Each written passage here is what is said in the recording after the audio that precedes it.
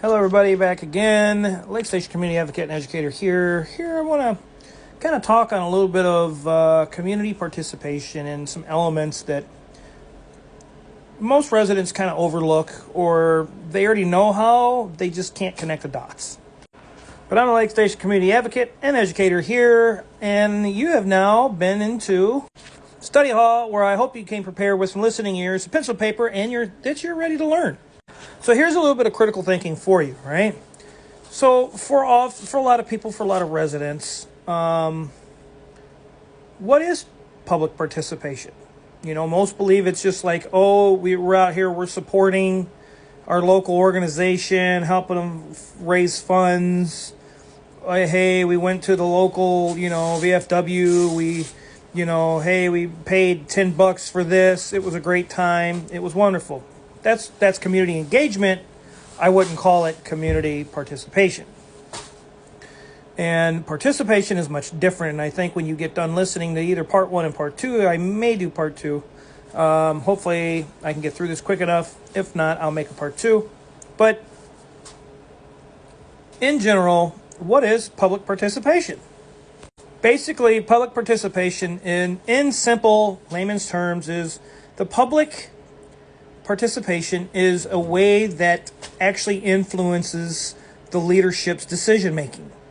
Now that could be through, council meetings, through community invitational, where, the leadership is sitting down in a unrestricted area where it's not so tense, they're not so rushed and refined, but where people have a lot of opportunity, more than just a minute or two on a microphone at a council meeting. They sit down, they're able to express and go through these things.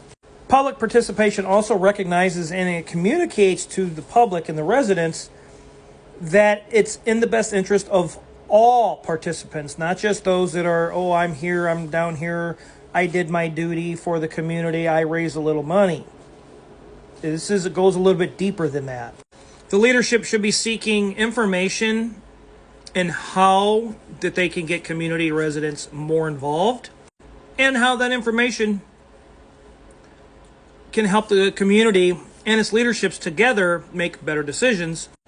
And it will communicate back from the leadership to the residents as to how their decision making affected the community, so whether or not things are working out and things are not. And I'm sure if you've ever been to a council meeting and spoke at a meeting or asked questions, it's will keep you informed, or they tell you something that holds you off and it gets you out of their hair. And ultimately, this is very common in council meetings. Unfortunately, it shouldn't be that type of interaction, but it is. But basically, there are 5 modes of public participation. The first one is what's called information. Now, information is a process to basically provide public with balanced and objective information to help them assist in understanding the problems that are going on in town, the alternatives, some opportunities that they might be able to take, and finding those solutions if they're working. And that's kind of what public information is. Now, when it's most effective and it's most beneficial, information that's shared to the public it's kind of objective, it's accurate, it's pretty fact-based, it's not emotional-based, it's not like, oh, because we said so. It's informing, it's keeping people continually informed and openly transparent, it's keeping them very held accountable. They're doing the right thing when ain't nobody looking, that's integrity. And it keeps the public apprised of the rationales of motivating the decisions of being made by the leaders. So things that are going on within the schools, the public officials, elected, the representatives, and what have you. However, there is a problematic issue with this informing mechanism. When leaders are not fully transparent and they're withholding information from residents, or very important, it's information that's essential that they need to know to make better decision making, and it's basically provided for the purposes of just simply, they don't want to give you all the information, they want to misrepresent the information, or they want to be able to manipulate the public perception of what's really going on. But it's most harmful to residents and to the community when the leaders use a process to manipulate this tactic just to mollify legitimate public concerns. And they use it to deceive the public into supporting a decision or some sort of policies that's really not in our best interest, which is why you get code enforcement just attacking and being weaponized, which is why you get held off, and some believe that not even code enforcement, but while council meetings are really they're not informative, they don't help. You go up, you speak your 2 minutes, nobody hears you any damn way, right? So those are the negatives of how that they're going to inform the public. The second thing is consulting. Now, consulting, you take leaders and you take the public, and not just their friends and their close cronies. You have to take the full community, and what you do is you create what's called a consulting process. And then so in this, participants basically on both parties, they start to contribute their viewpoints, their opinions, and their preferences of what they would like to see. The decisions are not always made by those that are sitting in power. Quite frankly, those people serve the residents, the community. So the community should have quite a bit of opportunity to say what they need to say and say what their concerns are. And all of that should be given, and all of this should be open and transparent by the leadership to the residents so they can make better informed decisions. I mean, you would want that better informed decision if somebody was hanging on life or death in a hospital and was needing surgery, right? You need to know it's the same thing within our community.